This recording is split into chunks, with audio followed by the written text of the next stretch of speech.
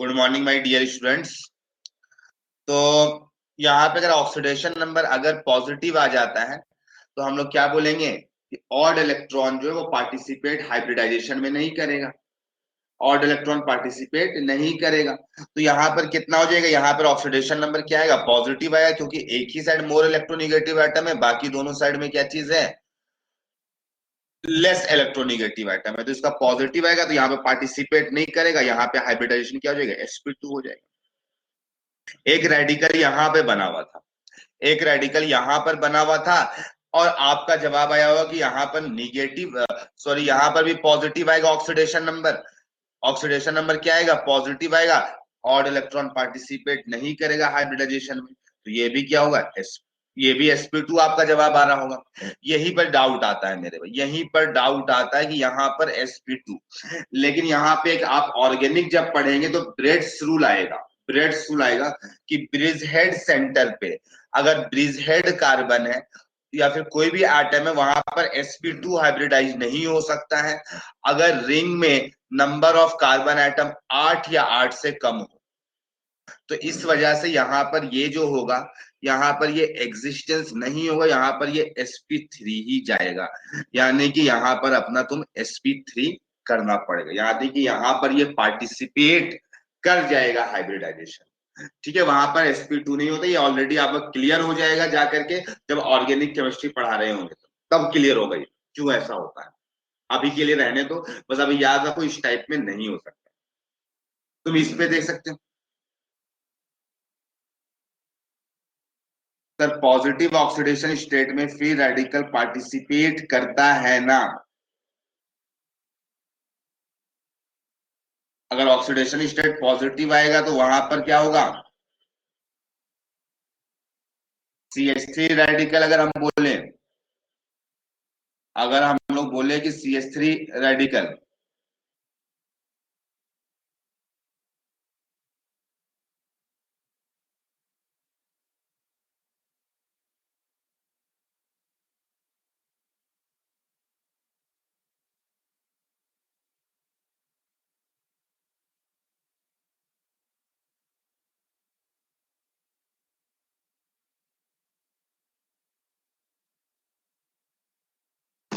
जहां पे पॉजिटिव आएगा वहां पर पार्टिसिपेट करेगा। तो यहाँ पे क्या आएगा, निगेटिव आएगा। यहाँ पर ऑक्सीडेशन स्टेट क्या आएगा, निगेटिव आएगा तुम्हारा, क्योंकि कार्बन क्या है मेरे भाई, कार्बन और हाइड्रोजन में ज्यादा इलेक्ट्रोनिगेटिव कौन है, कार्बन और हाइड्रोजन में ज्यादा इलेक्ट्रोनिगेटिव कार्बन है, तो यहाँ पे पॉजिटिव ना आएगा, निगेटिव आएगा। तो यहाँ पर क्या होगा, पार्टिसिपेट नहीं करेगा। यहाँ पर पार्टिसिपेट ऑड इलेक्ट्रॉन नहीं करेगा तो sp2 लिखे हैं, sp2 लिखे हैं यहाँ पे। ठीक है, यहाँ पर sp2 लिखे हैं, और यहाँ पे आप निकालोगे आप नॉर्मल तरीके से भी तब भी पॉजिटिव आएगा, तब भी पॉजिटिव आएगा, तो sp3 हो जाएगा। हाँ आप लोग सही बोल रहे थे, यहाँ पर sp3 आएगा। बट यहाँ पे एक और भी फैक्ट है, हम डायरेक्टली देख करके भी बता सकते हैं कहाँ पर हाइब्रिडाइजेशन क्या होगा, क्योंकि आप ये लोग रेजोनेंस अगर थोड़ा बहुत जानते होंगे तो अगर इसके बाजू में लोन पेयर है और यहाँ पे p ऑर्बिटल है, p ऑर्बिटल है, और यहाँ पे इसका जो ऑड इलेक्ट्रॉन है ये पार्टिसिपेट कर जाएगा, तो यहाँ पे ऑलरेडी sp2 ही होता, यहाँ पे ऑलरेडी sp2 ही होता। ये फिक्स था, यहाँ पर रेजोनेंस पे था, तो ये sp2 ही बन जाएगा। sp3 भी होता तब भी sp2 बन जाता। यहाँ पर अगर निकालोगे तो यहाँ पर भी निगेटिव आ जाएगा मेरे भाई, तो यहाँ पर भी पार्टिसिपेट नहीं करेगा, यहाँ पर भी क्या हो जाएगा, sp2 हो जाएगा, यहाँ पर भी क्या हो जाएगा, sp2 हो जाएगा। इसी तरीके से और भी ऑप्शन था, तुम इस तरीके से निकालना, तुम्हारा बन जाएगा, तुम्हारा निकल जाएगा। किसी से बना था ये क्वेश्चन, अभी भेजे थे थोड़ी देर पहले, कौन कौन बना पाया था इस क्वेश्चन,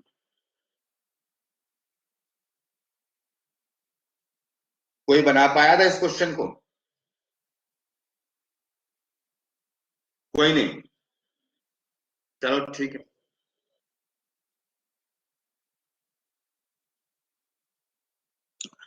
तो मेरे भाई ये हम एक डिस्कशन किए, सुविधा बन जाएगा। अच्छा देखा ही नहीं था अभी, क्योंकि बोल सकते हो कि अभी जस्ट भेजे थे तो देख नहीं पाए थे। ठीक है कोई बात नहीं, हम अप्रोच ही कहे, अभी भी पूरा कंप्लीट आंसर नहीं बताए, अभी भी हम कंप्लीट आंसर नहीं बताए, आप फिर से एक बार ट्राई करना, वो क्वेश्चन बन जाएगा। ठीक है, आपको अच्छा लगेगा बना करके, आपको अच्छा लगेगा बना करके। ठीक है, तो आगे बढ़ते हैं, आगे बढ़ते हैं, आज से क्लास को स्टार्ट करते हैं हम लोग आगे। हम लोग का एमओटी पूरा कंप्लीट हो गया था, मॉलिक्यूलर ऑर्बिटल थ्योरी। आज जो है, आज जो है हम लोग पढ़ेंगे ब्रिज बॉन्डिंग, ब्रिज बॉन्डिंग या डाइमेराइजेशन बोलो, या डाइमेराइजेशन बोलो, या फिर पॉलीमराइजेशन बोलो, या फिर पॉलीमराइजेशन बोलो। ब्रिज बॉन्डिंग बोलो, डाइमराइजेशन बोलो, या फिर पॉलीमराइजेशन बोलो। ये सब का मीनिंग ऑलमोस्ट सबका सेम है, ये सबका मीनिंग ऑलमोस्ट सेम है। तो एक था मेरे पास बैक बॉन्डिंग, याद करो बहुत पहले एक बैक बॉन्डिंग हम लोग पढ़े थे कुछ दिन पहले, और उससे रिलेटेड हम लोग बहुत सारे प्रश्न भी किए थे। और इवन अगर मेरे भाई सेंट्रल एटम अगर बैक बॉन्डिंग में इन्वॉल्व होता था, यानी सेंट्रल एटम अगर अपना लोन पेयर शेयर करता था, तो उसका हाइब्रिडाइजेशन भी चेंज हो जाता था।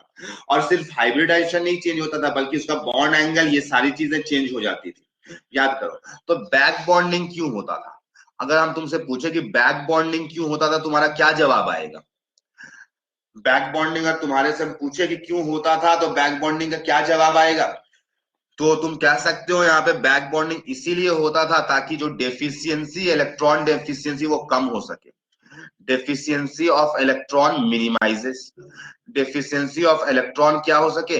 मिनिमाइज कर सके। यानी ये बैक बॉन्डिंग क्या करता था, जो इलेक्ट्रॉन की जो कमी होती थी, यानी ऑक्टेट इनकम्प्लीट होता था, तो वो क्या हो जाता था, उसको इनकम्प्लीट को बोल सकते थे कि थोड़ा बहुत रेजोनेंस करा करके ये प्रोवाइड करता था इलेक्ट्रॉन को, इलेक्ट्रॉन को प्रोवाइड करता था। यानी बैक बॉन्डिंग का ये काम था मेरे भाई। लेकिन देखे थे जैसे बहुत सारे ऐसे मॉलिक्यूल्स थे जहां पर बैक बॉन्डिंग नहीं होता था, कुछ ऐसे मॉलिक्यूल्स थे जिसपे बैक बॉन्डिंग नहीं होता था। ऐसा भी एग्जांपल्स हम लोग देखे थे। आपको याद भी आ रहा होगा, जैसे एल्यूमिनियम क्लोराइड AlCl3। कल भी मेरे से कोई डाउट पूछा था कि सर AlCl3 में क्यों बैक बॉन्डिंग नहीं होगा, तो उसको हम बताए थे वहां पर कि वीकेस्ट पाई बॉन्ड बनेगा, 3p पाई 3p पाई बन जाएगा। और 3p पाई 3p पाई नहीं बनाते हैं, नहीं बनाते हैं, तो वहां पे हम बैक बॉन्डिंग नहीं कराते। तो क्या वहां पे डेफिशिएंसी रह जाएगा इलेक्ट्रॉन का? क्या वहां पे हम इलेक्ट्रॉन का डेफिशिएंसी रहने देंगे? तो मेरे भाई नहीं, हम तो हर एटम का यही चाहत होता है कि उसका इलेक्ट्रॉन डेफिशिएंसी मिनिमाइज हो सके, कम से कम हो सके, और चाहेगा तो पूरा ऑक्टेट कंप्लीट कर ले। तो मेरे भाई वैसे केसेस में जब बैक बॉन्डिंग नहीं हो पाएगा, तो फिर ब्रिज बॉन्डिंग होगा। या फिर उसी को अगर हम लोग दो मॉलिक्यूल्स आपस में कॉम्बाइन हो जाएंगे, तो हम बोलेंगे डाइमेराइज हो गया, डाइमेराइज हो गया। अगर तीन मॉलिक्यूल्स कॉम्बाइन हो गए तो बोलेंगे ट्राइमेराइज हुआ, ट्राइमर बन गया। आप नाम सुने होंगे, ट्राइमर, डाइमर, है ना। और मेरे में बहुत सारे मॉलिक्यूल्स कंबाइन हो गए तो क्या बोलेंगे? पॉलीमर, पॉलीमर बोलेंगे। तो उसको बोलेंगे पॉलीमराइजेशन, पॉलीमराइजेशन बोलेंगे। तो यानी ये बैक बॉन्डिंग हो चाहे ब्रिज बॉन्डिंग हो, ये सबका बस एक ही एम होता है कि इलेक्ट्रॉन डेफिशिएंसी को कम करे। तो मेरे भाई आप समझ गए होंगे इसका पर्पस क्या चीज है, जिसको एक लाइन में हम लिख रहे हैं कि डाइमरेशन या पॉलीमराइजेशन। मेरे भाई डाइमराइजेशन या पॉलीमराइजेशन जो होता है, ये मेरे पास सिर्फ सेंट्रल एटम का ही होगा, क्योंकि सेंट्रल एटम ही इलेक्ट्रॉन डेफिशिएंट होते हैं। सेंट्रल एटम टेक्स प्लेस, यही बात लिखना पड़ेगा कि इलेक्ट्रॉन डेफिशिएंसी को मिनिमाइज कर सके, takes place in order to, in order to minimize, minimize electron deficiency, electron की कमी को मिनिमाइज कर सके। ठीक है, ब्रैकेट में लिख सकते हो ऑक्टेट कंप्लीशन, ऑक्टेट कंप्लीशन लिख सकते हो। ठीक है, डाइमेराइजेशन या पॉलीमराइजेशन जो सेंट्रल एटम का होता है, वो इसीलिए होता है ताकि जो डेफिशिएंसी ऑफ इलेक्ट्रॉन्स है वो कम हो सके। तो डेफिशिएंसी को कम करने के दो मेथड है अपने पास, एक बैक बॉन्डिंग, एक डाइमराइजेशन। लेकिन अब तुमको डाउट आएगा कि सर हम बैक बॉन्डिंग कब कराएंगे और डाइमराइजेशन कब कराएंगे, डाउट आएगा।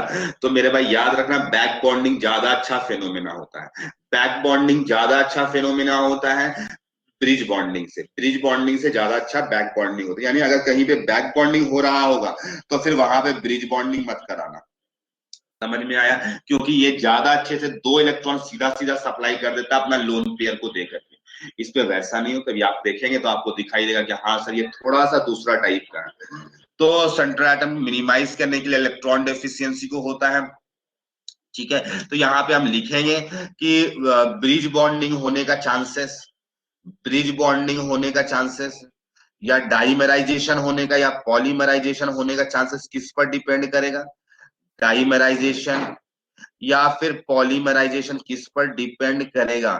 तो मेरे भाई ये डिपेंड करेगा, यानी कि ये प्रोपोर्शनल या इनवर्सली प्रोपोर्शनल होगा बॉन्डिंग के। मेरे भाई अगर जहां पे बैक बॉन्डिंग होगा तो वहां पे डाइमराइजेशन नहीं होगा, बस इतना ही समझना। बैक बॉन्डिंग कहे तो pi bond formation tendency, back bonding कहे तो पाई बॉन्ड फॉर्मेशन, यानी अगर कहीं पे पाई बॉन्ड फॉर्मेशन हो जा रहा होगा तो वहां पर मत कराना। ये मेरे भाई लाइन है, ये कॉन्सेप्ट है, बस अगर ये चीज तुम समझ गए तुम्हारा सारा प्रश्न बन जाएगा। अब तुम्हारे सामने कुछ प्रश्न रखेंगे और हम तुमसे पूछेंगे कि यहाँ पर बैक बॉन्डिंग होगा कि यहाँ पर डाइमेराइजेशन होगा, तो तुम सोच सोच करके हमको चैट पे जवाब देते जाना, ठीक है, चैट पर जवाब देना।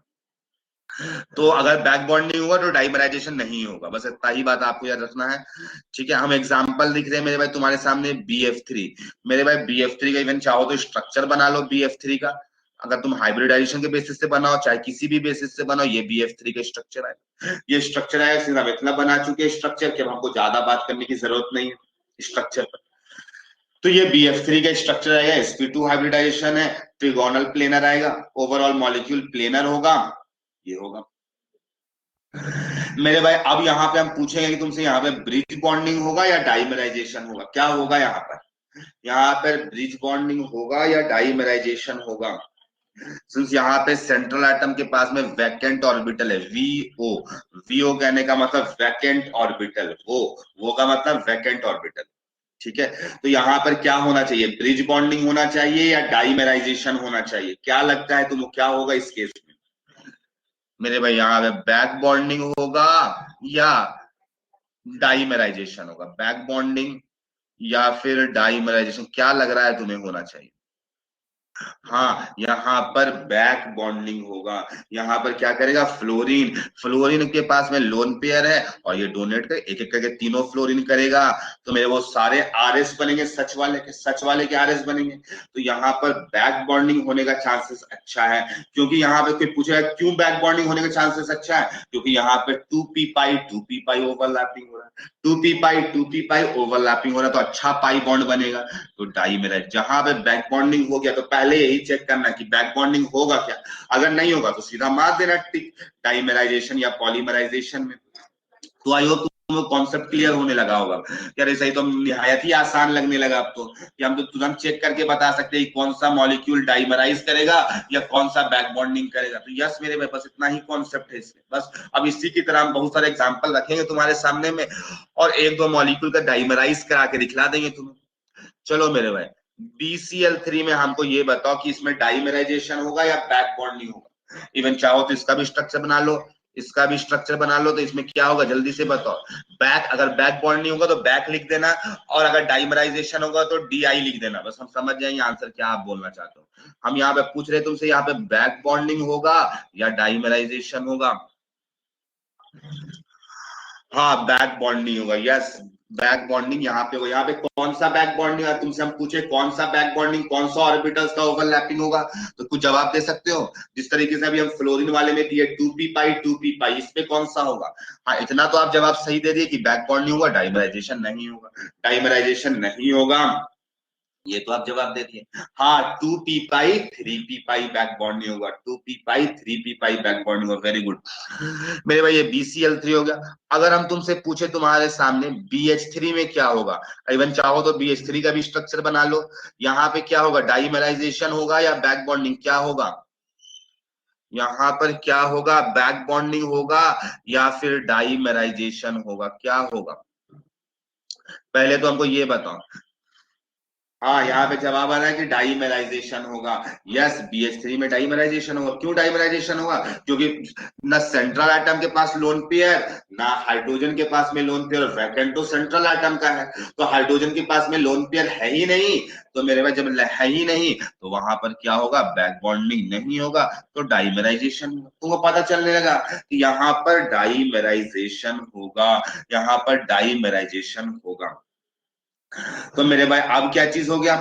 डाइमराइजेशन का बात आई है कि यहाँ पे हमको डाइमराइज कर जाना है, डाइमराइज कराना है। तो मेरे भाई अब इसका हम बात करें किस तरीके से डाइमराइज करेगा, किस तरीके से डाइमराइज करेगा।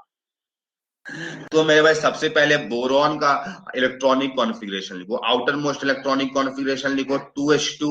बोरॉन का आउटर मोस्ट में टोटल 5 इलेक्ट्रॉन्स, 3 इलेक्ट्रॉन्स होते हैं, तो 2s2 2p1 हो जाएगा। एल्यूमिनियम फैमिली का है, 2s2 2p1 हो जाएगा आउटर मोस्ट इलेक्ट्रॉनिक कॉन्फ़िगरेशन। मेरे भाई इसका ऑर्बिटल वाला बना लो 2s, और मेरे भाई 2p बना लो, 2p बना लो। यहाँ पे 2 इलेक्ट्रॉन्स है, और मेरे भाई यहाँ पर 1 इलेक्ट्रॉन्स है। और सिंस आपको अभी पता है कि यहाँ पर ये ग्राउंड स्टेट है, ग्राउंड स्टेट में ये है, ग्राउंड एक्साइटेड स्टेट 1 में ये प्रेजेंट है, एक्साइटेड स्टेट 1 में प्रेजेंट है। कैसे पता चला एक्साइटेड स्टेट 1 में? क्योंकि 3 बॉन्ड बनाया है, क्योंकि यहाँ पर 3 बॉन्ड बनाया है, इसका कोवेलेंसी 3 है, इसका मतलब ये ग्राउंड स्टेट में है। और यही दोनों ऑर्बिटल्स, तीनों ऑर्बिटल्स इन्वॉल्व था हाइब्रिडाइजेशन में, यही तीनों ऑर्बिटल्स इन्वॉल्व था पहले हाइब्रिडाइजेशन में। आ रहा बात समझ में? अब मेरे भाई याद करो, बहुत पहले हम लिखवाए थे एक दिन कि मेरे भाई ड्यूरिंग कोऑर्डिनेट बॉन्ड फॉर्मेशन, जहां पर कोऑर्डिनेट बॉन्ड फॉर्मेशन होता है वहां पे वैकेंट ऑर्बिटल पार्टिसिपेट करता है हाइब्रिडाइजेशन में। याद आ रहा है हाइब्रिडाइजेशन का जब कॉन्सेप्ट सिखा रहे थे तो उसमें हम लिखवाए थे कि वहां पर सिग्मा बॉन्ड इन्वॉल्व होता है हाइब्रिड ऑर्बिटल्स पे, लूपियर इन्वॉल्व होता है, और कोऑर्डिनेशन कंपाउंड्स पे हम लोग का क्या होता है? वैकेंट ऑर्बिटल्स भी इन्वॉल्व होता है। अगर नहीं याद है तो पीछे पलट करके देखो। तो इस बात को लिख लो एक बार, वापिस से लिखो, लिखो एक लाइन। तो यहां पर भी डाइमराइजेशन होगा, तो डाइमराइजेशन भी एक तरह का कोऑर्डिनेट बॉन्ड ही टाइप का है। तो during dimerization vacant orbital, vacant orbital participates in hybridization. वैसे ये ऑलरेडी लिखा हुआ है, हम बस तुमको याद दिला रहे हैं कि ये लाइन लिखे थे, इसी दिन के लिए लिखे थे कि काम आए। तो ड्यूरिंग डाइमराइजेशन वैकेंट ऑर्बिटल जो होता है पार्टिसिपेट करता है हाइब्रिडाइजेशन में। तो इसका मतलब अब यहाँ पर हाइब्रिडाइजेशन जो बोरॉन का होगा वो अब sp2 नहीं बल्कि एक और p ऑर्बिटल में इलेक्ट्रॉन आएगा, ताकि 8 इलेक्ट्रॉन कंप्लीट हो सके, और इसका हाइब्रिडाइजेशन sp2 से बदल करके sp3 हो जाएगा। तो मेरे भाई इस टाइप के कॉन्सेप्ट से आपके क्वेश्चन आ सकते हैं। तो मेरे भाई अब सिंस sp3 का स्ट्रक्चर बनाना पड़ेगा, तो sp3 में क्या होता है? कोई भी 2 बॉन्ड्स को प्लेन में लो, कोई भी 2 बॉन्ड्स को प्लेन में लो, मेरे भाई इस तरीके से ले लिए। और मेरे भाई 2 बॉन्ड्स जो होंगे वो आउट ऑफ द प्लेन होंगे, यानी एक बॉन्ड को हम ऐसा रख रहे हैं मेरे भाई, ये लोग दोनों को, ये जो दोनों हाइड्रोजन है ये पेपर वाले प्लेन में, ये पेपर पे ही रखा हुआ है, जिस पेपर में हम लिख रहे हैं, यानी बोर्ड वाले प्लेन में है। और मेरे भाई यहाँ पर जो है, यहाँ पर जो है इस तरीके से मेरे भाई यहाँ पर एक हाइड्रोजन ऊपर होगा, और एक जो ऑर्बिटल और भी होगा जो अभी वैकेंट ऑर्बिटल है, जिसपे अभी इलेक्ट्रॉन आएगा, जिसपे अभी इलेक्ट्रॉन आएगा। ये हाइब्रिड ऑर्बिटल बनाए हैं क्योंकि अब हाइब्रिडाइजेशन हो गई, यानी कि ये बोरॉन का अब हाइब्रिडाइजेशन sp3 हो गया। क्यों sp3 हो गया है? क्योंकि मेरे भाई यहाँ पर अब एक इलेक्ट्रॉन्स आएंगे इसके पास में, तो इलेक्ट्रॉन्स कहां पे लेगा? तो वैकेंट ऑर्बिटल में लेगा, तो वैकेंट ऑर्बिटल में लेगा तो इसका हाइब्रिडाइजेशन चेंज। तो ये तो एक मॉलिक्यूल हुआ BH3 का। सिमिलरली एक दूसरा मॉलिक्यूल भी होगा, सिमिलरली बोरॉन का एक और मॉलिक्यूल भी होगा मेरे में। बोरॉन का यहाँ पर एक हाइब्रिड ऑर्बिटल एक और इस बोरॉन का भी होगा, इस बोरॉन का भी होगा। और सिंस अगर ये वाला हाइब्रिड ऑर्बिटल बाहर है तो इसका एक H अंदर होगा, इसका एक H अंदर होगा मेरे भाई, और बाकी H 2 प्लेन वाले में, उसी तरीके से जिस तरीके से ये वाला है, इस तरीके से। तो मेरे भाई ये दो मॉलिक्यूल्स दिखला दिए, दो मॉलिक्यूल्स हम दिखला दिए। अब क्या होगा मेरे भाई, ये भी ऑर्बिटल, कौन सा ऑर्बिटल होगा, सारे sp3 ऑर्बिटल है, ये भी sp3 है। तो मेरे भाई ये H, बोरॉन और हाइड्रोजन में कितना इलेक्ट्रॉन्स है, दो है। तो होता क्या है मेरे भाई, यही दो इलेक्ट्रॉन्स इधर भी मूव करते रहते हैं, यानी यही दो इलेक्ट्रॉन्स यहाँ पर भी आएंगे। यानी अब पहले एक सेंटर, एक न्यूक्लियस, और एक न्यूक्लियस, दो न्यूक्लियस, तो दो न्यूक्लियस था, और मेरे भाई एक बॉन्ड था, तो दो इलेक्ट्रॉन था एक बॉन्ड में, तो दो सेंटर्ड दो इलेक्ट्रॉन बॉन्ड था ये। पहले two centered two electron bond थे, अब मेरे भाई एक न्यूक्लियस, दो न्यूक्लियस, और ये बोरॉन का भी न्यूक्लियस, ये टोटल मिलाकर के तीन न्यूक्लियस बन गया है, तीन न्यूक्लियस बन गया। और मेरे पास टोटल इलेक्ट्रॉन बढ़ा तो नहीं, टोटल इलेक्ट्रॉन अभी भी यही दोनों इलेक्ट्रॉन ही यहाँ पे भी आएगा, तो टोटल दो इलेक्ट्रॉन लेकिन तीन न्यूक्लियस हो गया। तो हम क्या बोलेंगे यहाँ पर, थ्री सेंटर्ड न्यूक्लियस को क्या बोलेंगे, सेंटर बोलेंगे। तो थ्री सेंटर्ड, और टोटल कितना इलेक्ट्रॉन्स है, दो इलेक्ट्रॉन। सिमिलरली ये वाला जो दो इलेक्ट्रॉन्स है, इसकी sp3 ऑर्बिटल पे जाएगा, तो ये भी three centre two electron bond आएगा। यहाँ पर भी क्या आएगा, three centre two electron bond आएगा। यानी अगर हम तुमको स्ट्रक्चर बना करके दिखलाए इसका, हम नेक्स्ट पेज में बनाते हैं, ज्यादा बेटर रहेगा, यहाँ पे जगह है कमी है।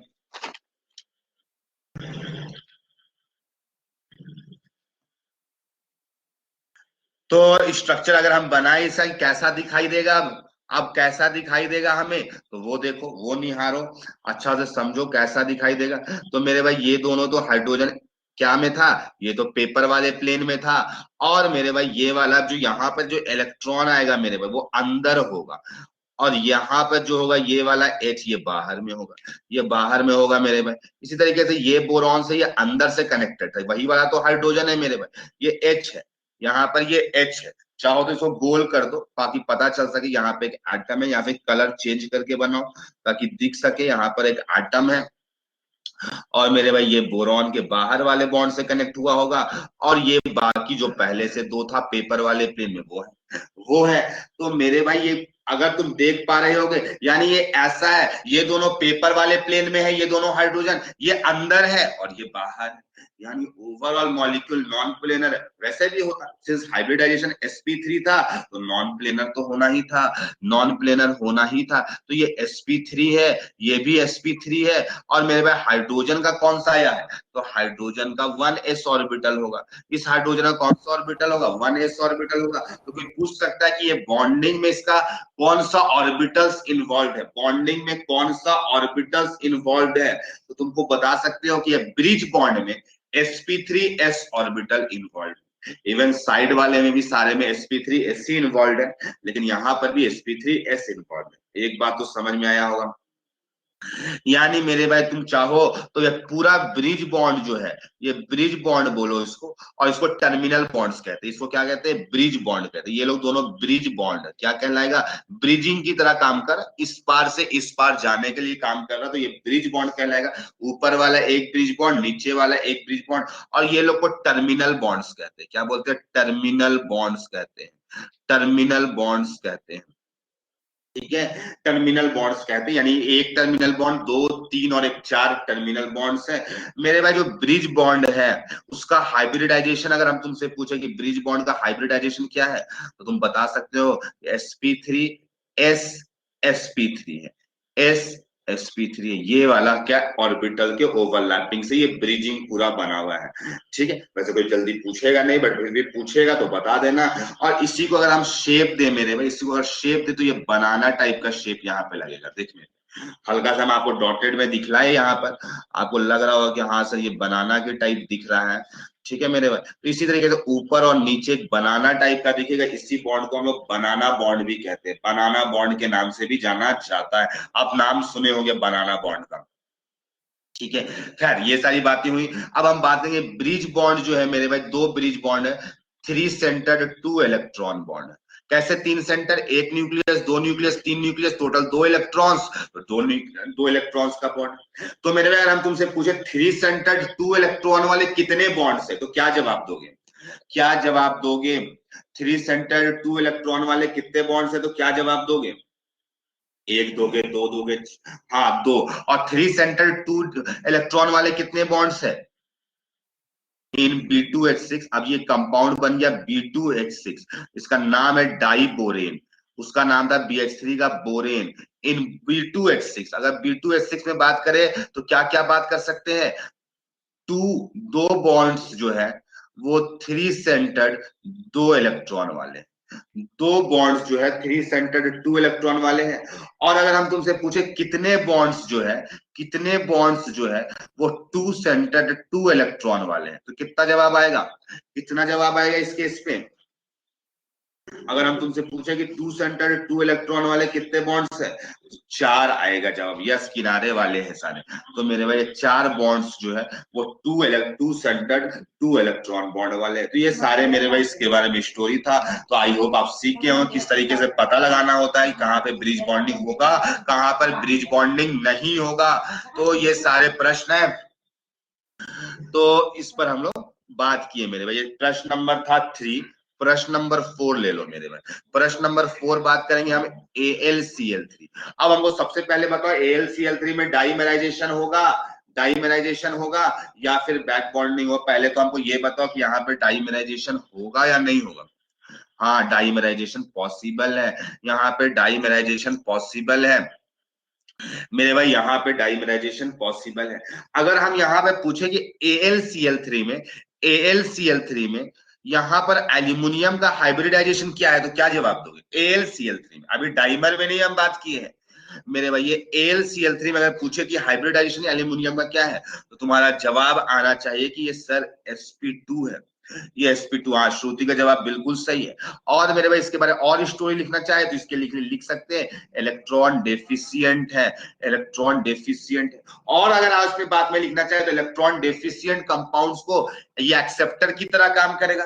एक्सेप्टर्स को लुईस का एसिड भी कहते हैं, एक्सेप्टर्स को हम लोग लुईस का एसिड भी कहते हैं। यानी जो भी इलेक्ट्रॉन की कमी यानी एक्सेप्टर की तरह काम करेगा, उसे ए से एक्सेप्टर, ए से एसिड भी बताए थे हम। तो मेरे भाई एक बात ये हुआ। अगर हम डाइमर ऑफ AlCl3 बात करें, डाइमर का मतलब इसका दो लोग कंबाइन हो जाएगा, तो क्या बन जाएगा, ये बन जाएगा Al2Cl6 बन जाएगा, Al2Cl6। और यहां पर अब यहां पर डेफिशिएंसी तो रह ही जाता है, लेकिन डेफिशिएंसी कम हो जाता है, कम हो जाता है। 100% डेफिशिएंसी इलेक्ट्रॉन की रिमूव नहीं हो जाती है, बल्कि क्या हो जाता है, कम हो जाता है मेरे में। यहाँ पे और अच्छा लगेगा आपको देख करके, एल्यूमिनियम का फिर से हाइब्रिडाइजेशन फिर से चेंज हो जाएगा। आप खुद समझ सकते हो, जिस तरीके से बोरॉन का चेंज हुआ उसी तरीके से यहाँ पर भी चेंज होगा। मैं बाप उतना नॉन प्लेनर करके हम नहीं दिखला रहे हैं, बस हम आपको समझाना चाहते हैं किस तरीके से होगा। ये Cl है मेरे भाई, यहाँ पर Cl है, यहाँ पर Cl है, और यहाँ पर सिंस हाइब्रिडाइजेशन आप समझ रहे हो चेंज हो जाएगा, सिंस चेंज हो गया होगा वैकेंट ऑर्बिटल में इलेक्ट्रॉन जाएगा। लेकिन इस बार जो इलेक्ट्रॉन देने वाला है, इस बार जो इलेक्ट्रॉन देने वाला है मेरे भाई, वो क्लोरीन के पास में 3-3 लोन पेयर्स, क्लोरीन के पास में 3-3 लोन पेयर्स है। यानी पहले तो हाइड्रोजन था, हाइड्रोजन के पास कोई लोन पेयर नहीं था तो वो बॉन्ड वाला इलेक्ट्रॉन दे देता था, बट इस केस में क्लोरीन अपना लोन पेयर प्रोवाइड करेगा। तो मेरे भाई यहाँ पे अब कितना इलेक्ट्रॉन्स हो गया, यानी कि ये क्लोरीन अब ये बॉन्ड वाला इलेक्ट्रॉन नहीं दिया बल्कि ये वाला इलेक्ट्रॉन दिया, ये वाला इलेक्ट्रॉन सप्लाई करेगा। तो इसका मतलब ये हुआ कि क्लोरीन की वजह से दो इलेक्ट्रॉन बीच में और आ गए, तो मेरे पास 3 सेंटर्ड हुआ और टोटल इलेक्ट्रॉन्स कितना हो जाएगा, 4 इलेक्ट्रॉन्स हो जाएगा। टोटल इलेक्ट्रॉन्स क्या हो जाएगा, 4 इलेक्ट्रॉन्स हो जाएगा। तो इसको हम बना रहे हैं कि किस तरीके से दिखाई दे सकता है।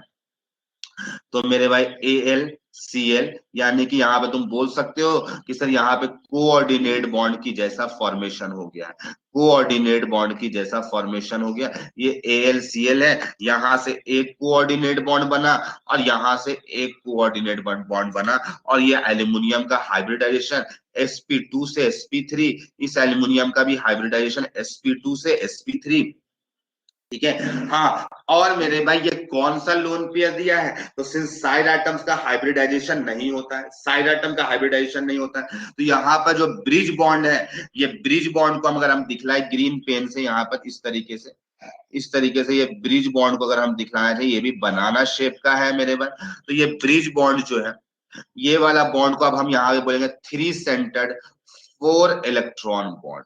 यहाँ पे कोई पूछेगा कितना 3 सेंटर्ड 4 इलेक्ट्रॉन बॉन्ड है, तो टोटल 2 है, बाकी सारे 2 सेंटर्ड 2 इलेक्ट्रॉन बॉन्ड ही। ठीक है, ये बात तुमको समझ में आ गया होगा, ये बात तुमको समझ में आ गया होगा। हाँ, ये ब्रिज बॉन्ड में ऑर्बिटल्स कौन सा इन्वॉल्व है? sp3, क्लोरीन का p ऑर्बिटल, और फिर आपका sp3। तो ये ऑर्बिटल से बना है ये ब्रिज बॉन्ड। ब्रिज बॉन्ड ऐसा मत कह देना कि क्लोरीन का भी एक हाइब्रिड ऑर्बिटल होगा, नहीं, सेंट्रल एटम ही हाइब्रिडाइजेशन में पार्टिसिपेट करता है, सेंट्रल एटम ही हाइब्रिडाइजेशन में पार्टिसिपेट करता है। ठीक है, तो मेरे भाई इससे रिलेटेड हम कुछ बात करेंगे, तुम लोग उस पर बताना हमें कहाँ पर डाइमेराइजेशन होगा, कहाँ पर डाइमेराइजेशन नहीं होगा। ठीक है, तो एक नोट बना लो छोटा सा, नोट बना लो एक छोटा सा मेरे भाई,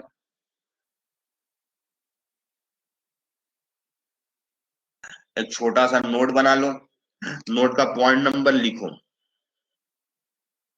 मॉलिक्यूल्स विच शोज, अब सिंस आप सीख गए हो, शोज डाइमेराइजेशन, डाइमेराइजेशन या ब्रिज बॉन्डिंग भी लिख सकते हो साथ में, चाहो तो ब्रिज बॉन्डिंग भी लिख लो। बहुत सारे केस में पॉलीमराइजेशन भी हो जाता है, इवन अगर मेरे पास डाइमर किसी का गैसियस स्टेट में है तो उसका पॉलीमर सॉलिड स्टेट में हो, क्योंकि अट्रैक्शन बढ़ जाएगा। ठीक है, ज्यादा सारे लोग ज्वाइन कर लेंगे तो सॉलिड में ज्यादा मॉलिक्यूल्स आ जाते हैं।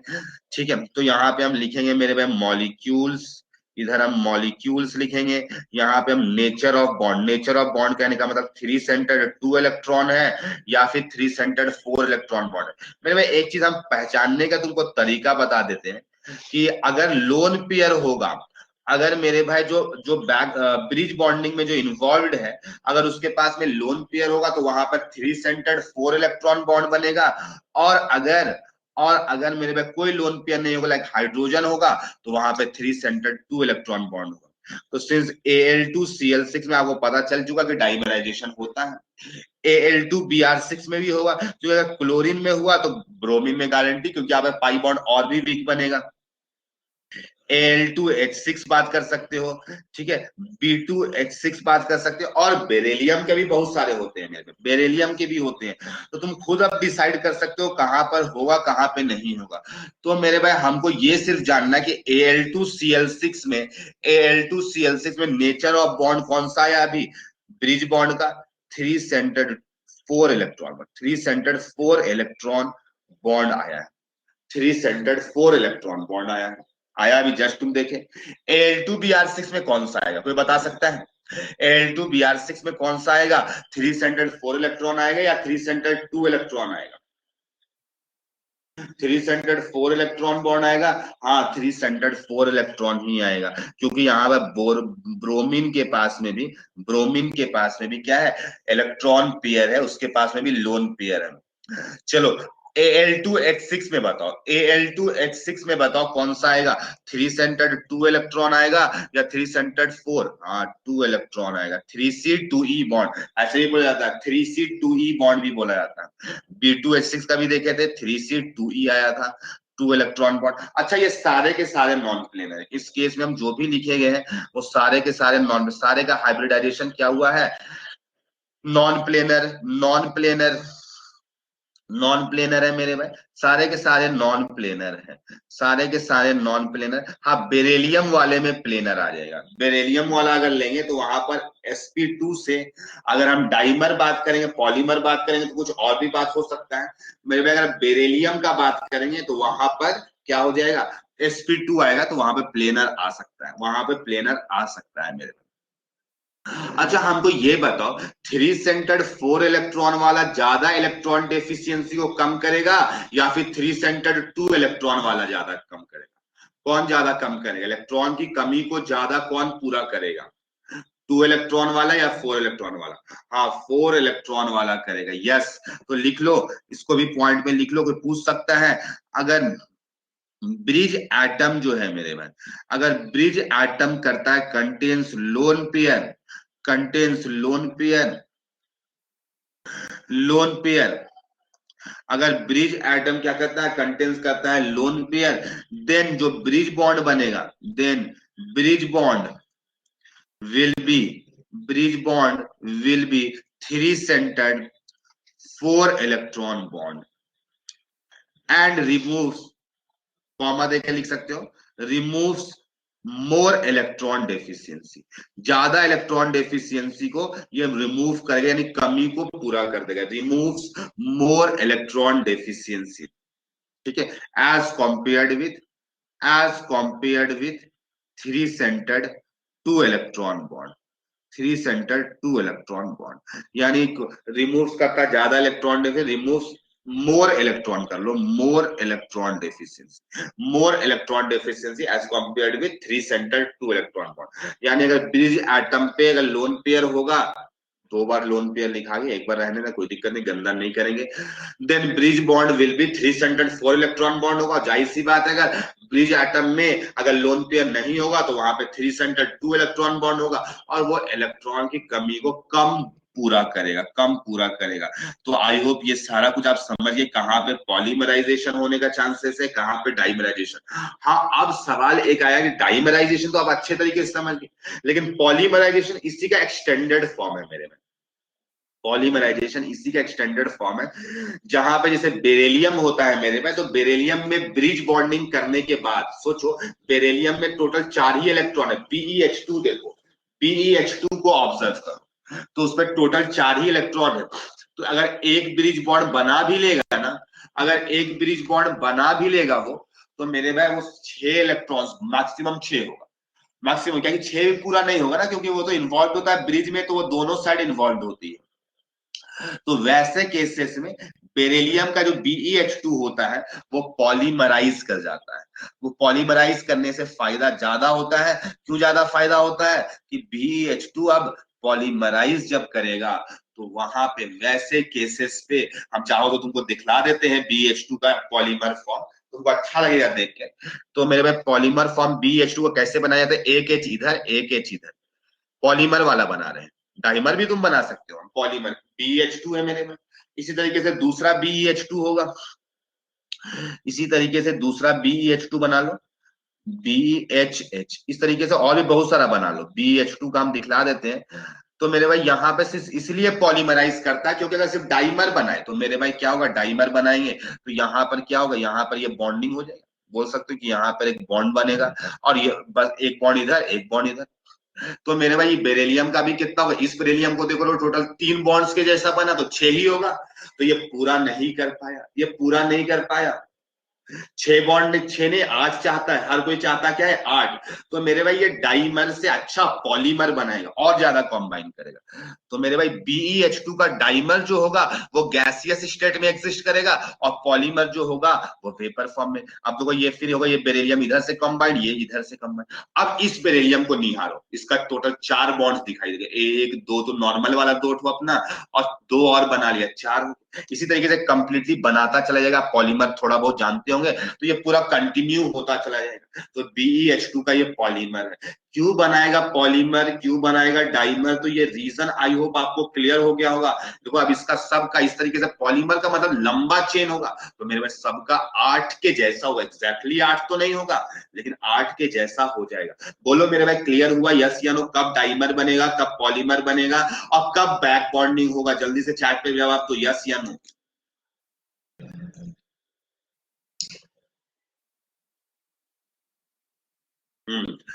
ठीक है, वेरी गुड, श्रुति को, रितु को, सुबिट को क्लियर हो गया, बाकी वो क्लियर नहीं हुआ, बाकियों को क्लियर नहीं हुआ, हम ऐसा ही मान लेते हैं।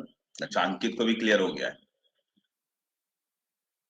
चलो ठीक है मेरे भाई, ठीक है, ऋषिकेश को भी क्लियर हो गया। हाँ मेरे भाई, तो कब अब आपको डाइमर बनाना है, कब पॉलीमर बनाना है, तो इलेक्ट्रॉन, ये सब बस इसीलिए हो रहा है, बस इतना ही ध्यान रखो, चाहे ब्रिज बॉन्डिंग हो, चाहे बैक बॉन्डिंग हो, चाहे पॉलीमराइजेशन हो, चाहे डाइमराइजेशन हो, ये सब इसीलिए हो रहा है ताकि उसका डेफिशिएंसी कम हो सके, कम हो सके, ठीक है।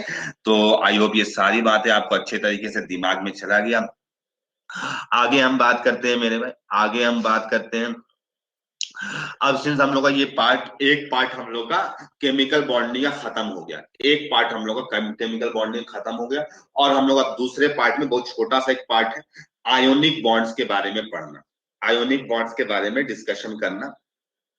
ठीक है, बहुत पहले हम लिखा करते थे स्टार्टिंग में कि कोवेलेंट कंपाउंड्स में आयोनिक कैरेक्टर आ जाता है ड्यू टू डाइपोल मोमेंट। आपको याद भी होगा, और डाइपोल मोमेंट हम लोग देखे भी और इवन निकाले भी, परसेंटेज आयोनिक कैरेक्टर कितना आएगा, और उससे फिर कोवेलेंट कैरेक्टर का ही परसेंटेज निकाल लेते थे 100 से माइनस करके। याद आया होगा, डाइपोल मोमेंट पढ़ चुके जो कि। और एक और बात भी लिखे थे हम लोग कि कोवेलेंट कंपाउंड्स में आयोनिक वाला आएगा और आयोनिक में कोवेलेंट आएगा। उस पे वहां पे लिखे थे, एक लाइन लिख के रखे थे, due to polarization, due to polarisation.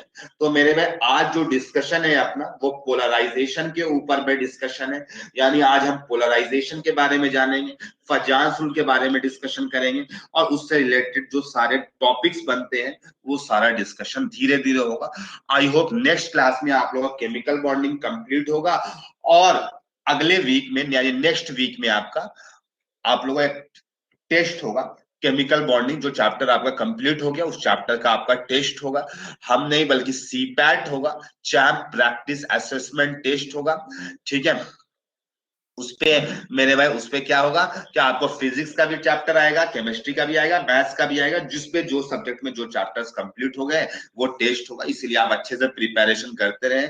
आपको जितना काम दिया गया सीडीपीएस बना ले आप पूरा, और दूसरा काम आप स्टडी पैकेज को बनाइए। ये दो काम आप कंप्लीट करते चले जाए, इसके अलावा नहीं। नेक्स्ट वीक में आप लोग का टेस्ट होगा ऋषिकेश, नेक्स्ट वीक, इस वीक में नहीं।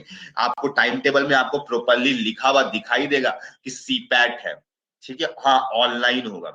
ठीक है, लेकिन अब आप लोग सिंसियर बन जाना। जैसे स्कूल में टेस्ट होता था, मे भी आप चीटिंग करके या फ्रेंड से व्हाट्सएप में पूछ लेते थे, वो सब यहाँ पे काम मत करना। क्यों नहीं करना? क्योंकि ये आपका फ्यूचर का बात है। ठीक है, यहाँ पे आप चीटिंग हो सकता है मे भी करके नंबर लेते हो, लेकिन जेई मेंस वाले दिन, जेई एडवांस वाले दिन में आप चीटिंग नहीं कर सकते। ठीक है, इसीलिए अपने आप को जज करो, अपना जितना पढ़े हो अच्छे तरीके से पढ़ो। जिस टाइप का आपको पढ़ाया गया है उसी टाइप का क्वेश्चन यहाँ भी आएगा, इवन आपका जेई वाले दिन में भी आएगा। ठीक है, तो अब हम लोग बात करने जा रहे हैं आयोनिक कंपाउंड्स के बारे में, आयोनिक बॉन्ड्स के बारे में डिस्कशन करेंगे। यानी ओवरऑल कंपाउंड आयोनिक होगा। ठीक है, उस पर डिस्कशन करेंगे। तो मेरे भाई सबसे पहले तो ये बात हम कहेंगे कि 100% आयोनिक या 100% कोवेलेंट चीजें कुछ नहीं होती, कुछ नहीं होती। आयोनिक कंपाउंड में कोवेलेंट कैरेक्टर, कोवेलेंट कंपाउंड्स में आयोनिक कैरेक्टर आ जाता है। तो यहाँ पे एक लाइन चाहो तो लिख लो कि आयोनिक कंपाउंड्स या कोवेलेंट कैरेक्टर इज डेवलप लिख सकते थे, या ionic compound acquires covalent character due to polarization. ये लाइन ऑलरेडी लिख के रखे थे, बट फिर भी हमें एक बार आपको रिमाइंड करवाए ताकि आपको सारा कुछ याद आ जाए। तो इसको समझाने के लिए फजांस आए। तो फजांस क्या बताए? फजांस रूल्स, मेरे भाई फजांस रूल क्या बताइए आकर के। तो ये एक बात कहें, वो देखिए, आयोनिक कंपाउंड में एक कटायन होता है और एक अनायन होता है। पीछे वाले कहने लगे कि हाँ सर ऐसा तो होगा ही, एक कटायन और बिना अनायन के आयोनिक कंपाउंड कैसे होगा? तो मेरे भाई देखो, तो वो कहने लगे कि कटायन का साइज अगर छोटा हो, यानी अब वो सिर्फ नहीं बोलने लगे कि कटायन हो। ये तो बात सबको पता है कि आयोनिक कंपाउंड में कटायन होगा और एक अनायन होगा। मेरे भाई वो कहने लगे कि कटायन छोटा साइज वाला, छोटा साइज कहने का मतलब जैसे लिथियम और सोडियम में साइज किसका छोटा होगा? लिथियम का होगा, क्योंकि उसमें सेकंड शेल तक ही है। सोडियम में कितना है? थर्ड शेल तक है। तो इस तरीके से लिथियम का साइज जैसे ज्यादा छोटा हो गया, तो मेरे पास छोटे साइज वाले कटायन, ये प्लस चार्ज हम दिखला रहे ताकि ये पता चल सके ये कटायन है। ये हम बाहर में प्लस दिखलाए ये ताकि पता चल सके कटायन है, इसके ऊपर में एक पॉजिटिव चार्ज आ गया। और मेरे भाई कहने लगे अनायन होगा आयोनिक कंपाउंड में, लेकिन वो अनायन जो बड़े साइज वाला हो। मेरे भाई वो अनायन जो बड़े साइज वाला अनायन हो, छोटा अनायन का बात नहीं कर रहे हैं, बड़ा अनायन का बात करते हैं। फजांस क्या बात करते हैं? कटायन छोटा हो, अनायन बड़ा हो, लार्जर साइज के अनायन हो। तो मेरे भाई ये कहना क्या चाहते हैं? अगर मेरे भाई कटायन का साइज छोटा हो गया तो मेरे भाई न्यूक्लियस से दूरी कम हो जाए, यानी अब उसको ज्यादा चाहत होगी इलेक्ट्रॉन की, न्यूक्लियस से डिस्टेंस कम है आउटर मोस्ट सेल का, और अनायन अगर बहुत बड़ा साइज का है तो उसका अट्रैक्शन न्यूक्लियस से बहुत कम होगा, यानी ये इलेक्ट्रॉन अट्रैक्ट नहीं हो रहा होगा बहुत ज्यादा न्यूक्लियस से, यानी बहुत दूर हो गया, डिस्टेंस बहुत दूर हो चुका है। तो बोल सकते हैं ये इलेक्ट्रॉन जो होगा, आउटर इलेक्ट्रॉन, ये लूजली हेल्ड होगा। जो अनायन, अनायन तो इसका मतलब, अनायन का मतलब तो ऐसा ही एक इलेक्ट्रॉन एक्स्ट्रा है मेरे भाई। अनायन में सोचो कि पहले से तो नॉर्मल जितना प्रोटॉन्स होगा उतना इलेक्ट्रॉन्स होता होगा, और उसमें एक इलेक्ट्रॉन एक्स्ट्रा आ गया, एक इलेक्ट्रॉन एक्स्ट्रा आ गया मेरे में, तो क्या हो जाएगा, वो उसके पास में उतना प्रोटॉन्स को पावर नहीं होगा कि एक एक्स्ट्रा इलेक्ट्रॉन को भी अट्रैक्ट करे। एक तो ऐसा ही साइज बड़ा है जो दूर है बहुत इलेक्ट्रॉन, और ऊपर से एक्स्ट्रा आ गया है, और इलेक्ट्रॉन इलेक्ट्रॉन के बीच में भी रिपल्शन होगा, यानी इलेक्ट्रॉन बहुत ही कम अट्रैक्टेड होगा। तो मेरे पास कटायन का साइज बहुत छोटा है, इसका न्यूक्लियस से डिस्टेंस आउटर मोस्ट से क्या है, बहुत कम है। तो मेरे भाई ये करेगा क्या, ये करेगा क्या, धीरे धीरे इसके आप जो इलेक्ट्रॉन्स है इसको अपनी तरफ अट्रैक्ट करेगा, ये अट्रैक्शन होगा, यहाँ पे एक अट्रैक्शन डेवलप होगा। किस तरीके से अट्रैक्शन डेवलप होगा, तो मेरे भाई तुम्हें दिखाएगा कि इलेक्ट्रॉन कटायन की तरफ शिफ्ट करता होगा। पहले पूरा पूरा पॉजिटिव चार्ज था, पूरा पूरा निगेटिव चार्ज था, तो हम बोल सकते थे 100% आयोनिक, लेकिन मेरे भाई अब इसका प्लस चार्ज कम होने लगेगा। क्यों कम होने लगेगा, क्योंकि इसके पास में इलेक्ट्रॉन आना स्टार्ट हो गया, क्योंकि इसके पास में इलेक्ट्रॉन आना स्टार्ट हो गया, तो इसका मतलब यहां पर क्या हो गया, इलेक्ट्रॉन अब एक प्लस से कुछ कम हो जाएगा, यानी पार्शियल प्लस की तरफ शिफ्ट करने लगेगा, पार्शियल प्लस की तरफ शिफ्ट करने लगेगा। इसका मतलब अब मेरे भाई पूरा कंप्लीट आयोनिक से कोवेलेंट की तरफ आने लगा, कंप्लीट आयोनिक से कोवेलेंट की तरफ आने। HCl मॉलिक्यूल, HCl में क्या होता है, पार्शियल प्लस H प्लस के पास में होता है, और Cl के पास में पार्शियल माइनस, तो ये पार्शियल प्लस होने लगेगा, और ये जो कंप्लीट माइनस था ये अब कंप्लीट माइनस नहीं रहेगा। क्यों, क्योंकि इसकी तरफ चला जा रहा है, तो ये पार्शियल माइनस बचेगा। तो यही तो कोवेलेंट कैरेक्टर हो गया, यही तो कोवेलेंट कैरेक्टर हो गया, यानी HCl मॉलिक्यूल है मेरे भाई। HCl में क्या होता है, इसको जानते हैं हम लोग, कोवेलेंट है, इसके ऊपर पार्शियल प्लस, इसके ऊपर पार्शियल माइनस होता है। तो सेम चीज तो यहां हो रहा है, इसका कंप्लीट इलेक्ट्रॉन नहीं रहा, बल्कि कटायन के पास थोड़ा सा चला गया, तो इसके ऊपर पार्शियल माइनस हो जाएगा, और अब प्लस कम हो जाएगा तो पार्शियल प्लस हो जाएगा। तो मेरे भाई यहां पर क्या होता है, जो अनायन जो होता है इसका इलेक्ट्रॉन इसकी तरफ खींचा जाता है, और बोल सकते हो तो इसकी खिंचाता जैसे तो थोड़ा सा डिस्टॉर्शन आ जाता है, ये अनायन अब गोल नहीं रहेगा, थोड़ा सा डिस्टॉर्ट कर जाएगा, थोड़ा सा शेप चेंज हो जाएगा, उस पर डिस्टॉर्शन। अब कटायन में भी डिस्टॉर्शन होगा लेकिन कम होगा, क्योंकि साइज बहुत छोटा है। तो मेरे भाई अनायन में डिस्टॉर्शन बड़ा हो जाता है, तो मेरे भाई जो डिस्टॉर्शन आया अट्रैक्शन की वजह से, इसी प्रोसेस को, अनायन में जो डिस्टॉर्शन आता है इसी प्रोसेस को हम लोग क्या कहते हैं, इसको हम लोग बोलते हैं पोलराइजेशन। इसी प्रोसेस को हम लोग बोलते हैं पोलराइज किया, अपनी तरफ पोलराइज कर लिया, समझ आया। हिप्नोटाइज जैसे होता है ना, उसी तरीके से ये भी पोलराइज वर्ड भी है, पोलराइज कर लिया। और मेरे भाई जितना ज्यादा इसका पोलराइज करने का पावर होगा उसको पोलराइजिंग पावर बोलते हैं, यानी कटायन के लिए यूज होता है पोलराइजिंग पावर, और अनायन का पोलराइजेशन होता है। तो आई होप बात समझ में आ गया होगा, और एकदम लॉजिकल भी बात कहे है ये। तो मेरे भाई लिखो कुछ lines, when when cation of when cation of small size, यानी जो बात क्या है उसी बात को हम लिखवा रहे हैं, साइज अप्रोचेस, थोड़ा फास्ट फास्ट लिखना, approaches अनायन of larger size, अनायन of larger size, the outer most electron, जो बात कहे है उसी को इंग्लिश में लिख रहे हैं, the outer most electron of अनायन, अनायन ये क्या हो सकता है, जो आउटर मोस्ट इलेक्ट्रॉन है इसको हम लोग बोल सकते हैं डिफ्लेक्ट या डेविएट्स, डेविएट्स ज्यादा अच्छा वर्ड है, डेविएट्स टुवर्ड्स, टुवर्ड्स क्या हो, किसकी तरफ आ रहा है, कटायन की तरफ, टुवर्ड्स द कटायन, ठीक है, टुवर्ड्स द कटायन। ठीक है, जब कटायन स्मॉल साइज का आता अप्रोच करता है बड़े साइज के अनायन से, तो जो आउटर मोस्ट इलेक्ट्रॉन होता है वो डेविएट कर जाता है किसकी तरफ, कटायन की तरफ। ठीक है, डेविएट किसकी तरफ कर जाता है, कटायन की तरफ कर जाता है मेरे भाई। ठीक है, एंड इसी के लिए क्या लिख सकते हो, तो इसलिए हम लोग लिख सकते हैं डेविएट्स कर जाएगा, तो हम लिख सकते हैं hence, hence some covalent characters, hence some covalent character develops in ionic compounds, some covalent character develops develops in ionic compound. इसी को हम लोग क्या बोलते हैं, आयोनिक कंपाउंड में डेवलप हो जाता है। Some covalent character develops in ionic compound, ठीक है।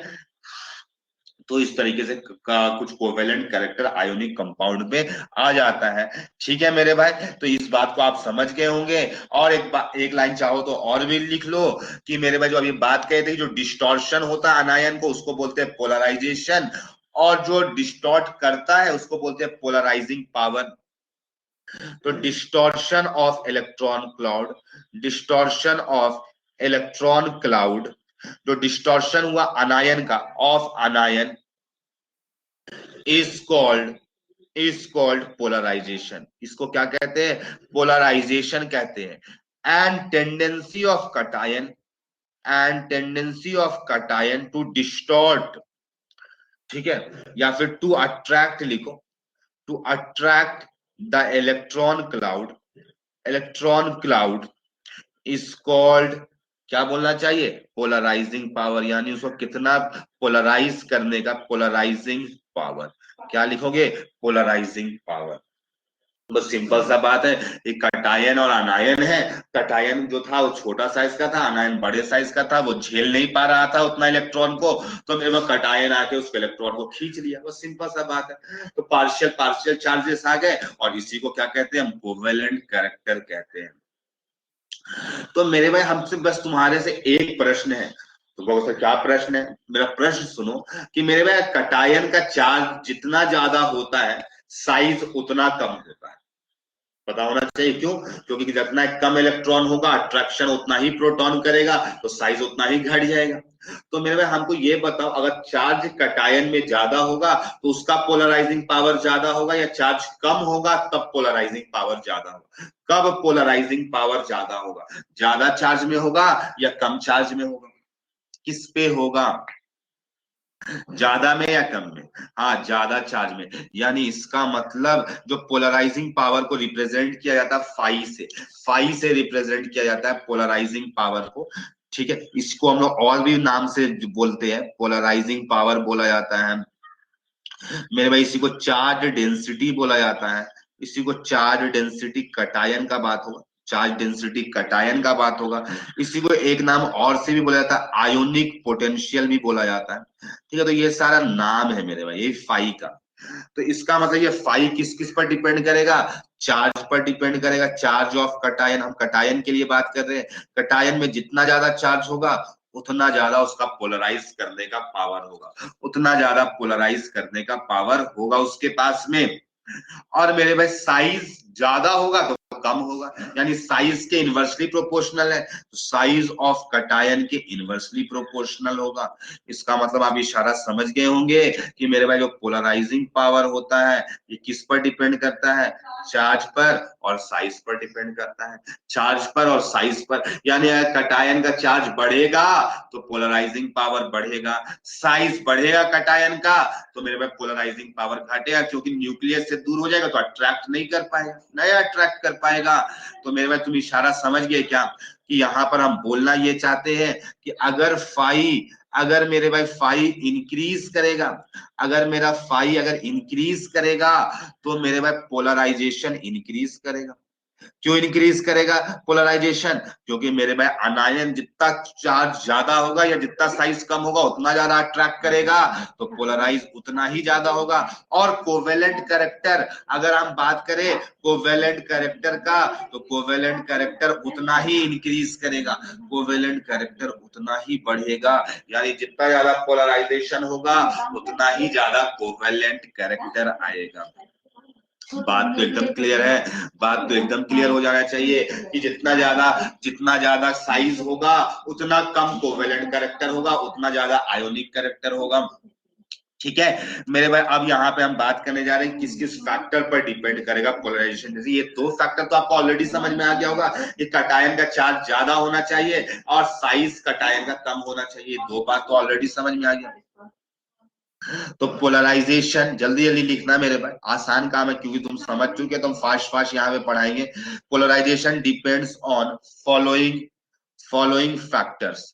मेरे भाई किस किस फैक्टर्स पर डिपेंड करेगा? तो मेरे भाई पहला फैक्टर है साइज ऑफ कटायन। पहले हम कटायन का साइज पर बात कर रहे हैं। तो मेरे भाई सिंस यहाँ पे तुम स्टार्ट देख लिए होगे तुरंत, अगर कटायन का साइज डिक्रीज करेगा, कटायन का अगर साइज डिक्रीज करेगा तो फाई इंक्रीज करेगा। फाई क्या होगा? इंक्रीज करेगा। इनवर्सली रिलेटेड है, इनवर्सली रिलेटेड है तो फाई इंक्रीज करेगा। इसका मतलब पोलराइज ज्यादा करेगा तो पोलराइजेशन ज्यादा होगा, पोलराइजेशन ज्यादा होगा तो कोवेलेंट कैरेक्टर ज्यादा होगा। यानी तुम सिंपली इतना बोलना भी नहीं था, हमें तुमको सिर्फ फाई बता देते तो तुम ये जवाब दे सकते थे कि साइज पोलराइज ज्यादा होने के लिए फाई का वैल्यू क्या होना चाहिए? ज्यादा होना चाहिए। और अगर पोलराइजेशन ज्यादा होगा तो कोवेलेंट कैरेक्टर भी ज्यादा होगा। पोलराइजेशन ज्यादा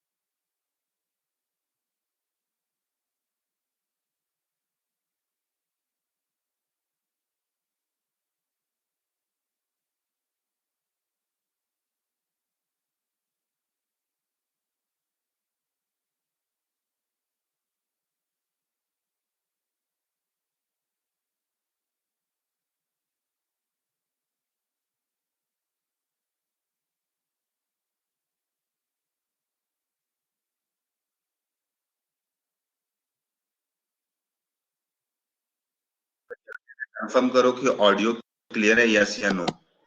एक बार जल्दी से कंफर्म करो तो कि ऑडियो क्लियर है, यस या नो। अभी वीडियो आ जाएगा, अभी वीडियो आ जाएगा। तो पोलराइजेशन डिपेंड्स करता है, एक तो साइज ऑफ कटायन, एक तो साइज ऑफ कटायन डिपेंड करता है मेरे भाई, और दूसरा भी चार्ज पर भी डिपेंड करेगा। पता है हम लोग को इसमें एग्जांपल बताया अगर हम तुमको, तो हम किसी एक को ही वैल्यू, जैसे LiCl, NaCl, KCl, RbCl, CsCl ले लिए, और हमको यहाँ पर कोवेलेंट कैरेक्टर का अरेंजमेंट करना है कि कोवेलेंट कैरेक्टर किसका ज्यादा हो, कोवेलेंट कैरेक्टर। तो क्या आप लोग जवाब दे सकते हैं? इंक्रीजिंग में लिखा गया है, डिक्रीजिंग में लिखा गया, इंक्रीजिंग में लिखा गया, डिक्रीजिंग में लिखा गया? तो सबसे पहले यहाँ निहारो तुम लोग, सबसे पहले क्या निहारोगे? अनायन इज सेम तो check only cut, anion is same तो check only cation, check only cation, check only cation. और मेरे भाई Li plus Na plus R plus K, Li plus A plus Rb CS plus, तो इस चारों में छोटा साइज Li प्लस का होगा। जितना साइज छोटा ना कोवेलेंट कैरेक्टर ज्यादा, तो मेरे भाई उतना ज्यादा कोवेलेंट कैरेक्टर, तो यस डिक्रीजिंग ऑर्डर पे लिखा गया है ये, यानी सबसे जो कोवेलेंट कैरेक्टर आएगा वो किस पे आएगा, एलाइयर में। यानी इसका उल्टा भी बोल सकते हो, इस चारों में सबसे ज्यादा आयोनिक कैरेक्टर CaCl में होगा और सबसे ज्यादा कोवेलेंट कैरेक्टर LiCl में होगा, सबसे कम आयोनिक कैरेक्टर LiCl में होगा, LiCl में होगा। मेरे भाई आगे बढ़ते हैं factor size, size of cation था। अगला नंबर जो है मेरे में नंबर फैक्टर, हम लोग चार्ज पर बात करेंगे, charge of cation, charge of cation पर बात करेंगे। तो सबको पता है अच्छे तरीके से, अगर तो मेरे भाई चार्ज इंक्रीज करेगा तो फाई इंक्रीज करेगा, और जितना उतना ज्यादा, और मेरे भाई ज्यादा पोलराइज कोवेलेंट कैरेक्टर ना ही ज्यादा, कोवेलेंट कैरेक्टर तो पहले से ही जानते थे, इवन पॉइंट वो नहीं आते तब भी यही जवाब सकते, तब भी तुम यही जवाब दे सकते थे कि हाँ सर यही होगा। अच्छा एक बात तुम लोग को हम बता देते हैं कि हमेशा ग्रुप के अलोंग द हमेशा क्या देखना, साइज देखना, हमेशा अलोंग द ग्रुप हमेशा साइज देखा जाता है, और अलोंग देखा है मतलब इलेक्ट्रोनिगेटिविटी, वैसे यहाँ पे तो अभी इलेक्ट्रोनिगेटिविटी जरूरत नहीं है, along a period size almost same रहता है, घटता तो जरूर है लेकिन ऑलमोस्ट सेम है मेरे में। इसलिए आप में आज ज्यादा फोकस मत, अगर चार्ज डोमिनेंट हो जाए इसमें क्लोराइड वाले में चार्ज डोमिनेंट हो जाएगा, MgCl2 LCl3 SiCl4, यही काम करना है आपको, कोवेलेंट कैरेक्टर अरेंज करना है। यहाँ पे कोवेलेंट कैरेक्टर पर बात करेंगे तो मेरे में सबसे पहले तो सब में सेम है, सब में Cl माइनस है, किसी को लग रहा हो नहीं आता Cl2 है सर, नहीं मेरे में वो Cl2 नहीं, वो तो वैलेंसी को सेट करने के लिए आया है, वैलेंसी को सेट करने के लिए Cl2 आया है। यहाँ पे Na प्लस है, यहाँ पे Mg प्लस है, Al+3 है, यहाँ पे Si+, यानी कि ऐसे भी तुमको पता है कि पीरियोडिक टेबल में लेफ्ट टू राइट चलते हैं तो कोवेलेंट बॉन्ड बनने का टेंडेंसी ज्यादा होता है, क्योंकि इलेक्ट्रोनिगेटिविटी बढ़ने लगता है तो डिफरेंस कम आने लगेगा, डिफरेंस कम आने लगेगा, वहां तुम जवाब दे सकते। बट सिंस यहाँ पर हम लोग अभी फजाज रूल के बेसिस पर दे रहे हैं, तो मेरे इतना ज्यादा चार्ज होगा कोवेलेंट कैरेक्टर का ही ज्यादा इंक्रीजिंग ऑर्डर पे लिखी गई है। दूसरा फैक्टर हुआ मेरे में चार्ज ऑफ कटायन, क्या अनायन डिपेंड नहीं, अनायन पर भी डिपेंड करेगा। तुम खुद अनायन का कोवेलेंट कैरेक्टर ज्यादा होने के लिए, कोवेलेंट कैरेक्टर ज्यादा, साइज ऑफ अनायन क्या होना चाहिए, साइज ऑफ अनायन क्या होना चाहिए, बड़ा होना चाहिए या छोटा होना चाहिए, क्या लगता है, साइज ऑफ अनायन क्या होना चाहिए, ज्यादा कोवेलेंट कैरेक्टर रखना, कोवेलेंट कैरेक्टर ज्यादा रखना है, बड़ा होना चाहिए, जितना साइज बड़ा होगा तो लॉजिकली सोचना है, इलेक्ट्रॉन को खिंचाना चाहिए तो न्यूक्लियस से दूर हो तो साइज बड़ा हो, फाई तो बात नहीं करेंगे इस केस में क्योंकि कटायन के लिए बात होता है, तो मेरे पास साइज अगर बड़ा तो पोलराइजेशन ज्यादा होगा, पोलराइजेशन होगा तो कोवेलेंट कैरेक्टर भी ज्यादा होगा, कोवेलेंट अनायन का साइज तुमको देखना पड़ेगा, ग्रुप के अलोंग अगर देखेंगे तो down the group size of size of अनायन increase करेगा। तो एक एग्जांपल देख लेते हैं इसमें, मेरे भाई लिथियम फ्लोराइड, सारे कटायन को सेम पड़ेगा, लिथियम हम सोडियम के साथ में भी दे सकते थे, हम पोटेशियम के साथ दे सकते थे सब, लेकिन सारे एक सेम रखना पड़ता। हाँ दो वेरिएबल एक साथ पुट नहीं सकते हैं, दो वेरिएबल एक साथ पुट नहीं किया जा सकता क्योंकि फिर मुश्किल बहुत ज्यादा बढ़े, अपने बस का बात नहीं रहेगा।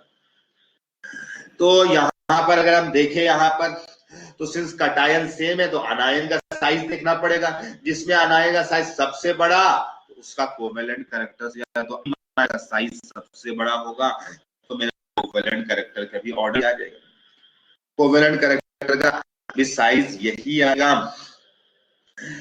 अच्छा अगर हम कोवेलेंट कैरेक्टर ज्यादा हो तो उसके लिए क्या होना चाहिए, फोर्थ फैक्टर अगर हम पूछे चार्ज ऑफ अनायन, तो अनायन में चार्ज ज्यादा होना चाहिए कि कम होना चाहिए, तो मेरे भाई इसको अभी डिसाइड करना थोड़ा सा मुश्किल हो जाता है।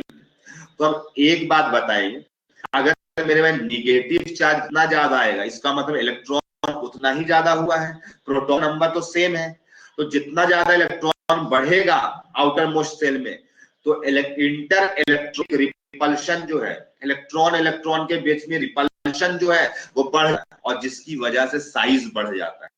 तो यानी अगर चार्ज बढ़ा इसका मतलब इलेक्ट्रॉन बढ़ा, और इलेक्ट्रॉन बढ़ेगा मतलब क्या होगा, साइज बढ़ जाएगा। यानी तुमको रिलेट करवा दिए साइज और चार्ज से। तो अगर चार्ज अनायन में इंक्रीज करेगा तो अनायन का साइज भी बढ़ेगा, और अगर आयन का साइज बढ़ेगा तो मेरे भाई पोलराइजेशन इंक्रीज करेगा। तुम चाहो तो ब्रैकेट में लिख सकते हो चार्ज, और इसी के प्रोपोर्शनल होगा साइज भी, क्योंकि साइज भी बढ़ता है इलेक्ट्रॉन की बढ़ने की वजह से। पोलराइजेशन इंक्रीज करेगा और कोवेलेंट कैरेक्टर भी इंक्रीज करेगा। तो मेरे भाई इससे रिलेट करना थोड़ा सा आसान हो जाता है। चार्ज वाला जल्दी से अनायन के केस में नहीं दिखता है, चार्ज ज्यादा तो लगता है कि आयोनिक कैरेक्टर ज्यादा आयोनिक होगा, नहीं मेरे भाई वहां पर साइज फैक्टर को अच्छे से सोचो तब दिख जाएगा तुम्हें आराम से। एग्जांपल देखो, लाइक लिथियम फ्लोराइड Li3n। अब यहाँ पे मत कहना कि सर तीन तो वैलेंसी को सेट करने के लिए आया है, तो यहाँ पे फ्लोरीन -1 चार्ज, यहाँ पे -2 चार्ज, यहाँ पे नाइट्रोजन का -3 चार्ज, लिथियम का +1 चार्ज ही। तो अगर चार्ज बढ़ेगा तो क्या होगा, पोलराइजेशन बढ़ेगा, अरे भाई कोवेलेंट कैरेक्टर बढ़ जाएगा, कोवेलेंट कैरेक्टर बढ़ जाएगा। इसका मतलब साइज कटायन की, चार्ज कटायन बढ़ता था तभी पोलराइजेशन बढ़ता था, और चार्ज अनायन का भी बढ़ता, चाहे कटायन हो चाहे अनायन हो, तो केस में क्या हो, पोलराइजेशन बढ़ जाता है। लेकिन साइज फैक्टर अपोजिट चल, ये तुम कह सकते हो, ये कह सकते हो। मेरे पास एक यहाँ पे एक क्वेश्चन होता है, मेरे में क्वेश्चन आपके सामने रख रहे हैं, NaCl और Cl, और यहाँ पे हम तुमसे पूछिए कोवेलेंट कैरेक्टर का। और वैसे तो नॉर्मली तुम बता सकते हो, अगर तुम दूसरा भी सोचोगे तो। अभी हम थोड़ा देर पहले वो वाला वे भी हम गए थे तुम्हें, यहाँ एक चीज गिवन है, radius of Na is approximate equals to radius of copper plus. तो इसमें कोवेलेंट ज्यादा किसका होगा, CuCl का होगा, NaCl का होगा। तो मेरे पास तुम नॉर्मली तुमको नहीं दिखाई दे, लेकिन मेरे तो दूसरा रूल अगर तुमको लग रहा है, तुम सोच सकते हो, तो तुम जवाब दे सकते हो, तुम जवाब दे सकते हो। अगर तुम कोई दूसरा रूल से सोच रहे हो तो किसका कोवेलेंट कैरेक्टर ज्यादा होगा, किसका कोवेलेंट कैरेक्टर CuCl का ज्यादा होगा या NaCl का ज्यादा होगा, क्या लगता है, कुछ तो लगता होगा ना, CuCl का होगा, CuCl का होगा। क्यों ज्यादा CuCl का, तो ऐसे नॉर्मली तुम सोचोगे तो आसानी से जवाब मिल जाएगा, नहीं NaCl का नहीं, CuCl का ज्यादा होगा, ज्यादा होगा। सोचो लेफ्ट से राइट चलते हैं तो आयोनिक बॉन्ड से कोवेलेंट बॉन्ड की तरफ शिफ्ट करता है, क्योंकि इलेक्ट्रोनेगेटिविटी क्या होता है, बढ़ने लगता है, इलेक्ट्रोनेगेटिव कम आ जाएगा। जितना ज्यादा डिफरेंस होगा इलेक्ट्रोनेगेटिविटी में उतना ज्यादा आयोनिक कैरेक्टर होता है। इवन हम तुमको हेनरी का फॉर्मूला भी लिखे थे, आयोनिक कैरेक्टर डिपेंड करता है इलेक्ट्रोनेगेटिव डिफरेंस। तो मेरे भाई इसमें कोवेलेंट, इसमें इलेक्ट्रोनेगेटिविटी डिफरेंस कॉपर और क्लोरीन में कम है, तो तुम जवाब तो दे सकते थे, यही दे सकते थे। हाँ, अगर तुम फजान का रूल इसमें नहीं भी बताएंगे ना, तुम सारे क्वेश्चन का जवाब दे सकते, तुम सोच करके जवाब दे सकते। कैसे सोचने के लिए सिखाए, इसीलिए हम तुमको नेटिव सोचने के लिए सिखा रहे कि बाई चांस एग्जाम कुछ याद नहीं आ रहा है, तुम इस वे से सोच सकते हो, इस वे से सोच सकते हो, इलेक्ट्रोनेगेटिविटी वाले से फजांस रूल बोल सकते हो कि इसी का या फजांस रूल निकल करके ये फॉर्म हम सकते हैं। ठीक है, तो भाई ये हुआ, हम बात करते हैं टाइप्स ऑफ कटायन के बारे में बात करेंगे। 5th नंबर जो फैक्टर महा इंपॉर्टेंट है, अब कटायन, तुमको सर कटायन के क्या टाइप्स होते हैं, मेरे में होता है, तुम तो कहोगे सर आयन के टाइप हम जानते थे, एन होता है और अनायन होता है, लेकिन अब तो आप कटायन के भी टाइप है। यस मेरे भाई, इसके टाइप कटायन देखो, अभी मजा आ जाएगा।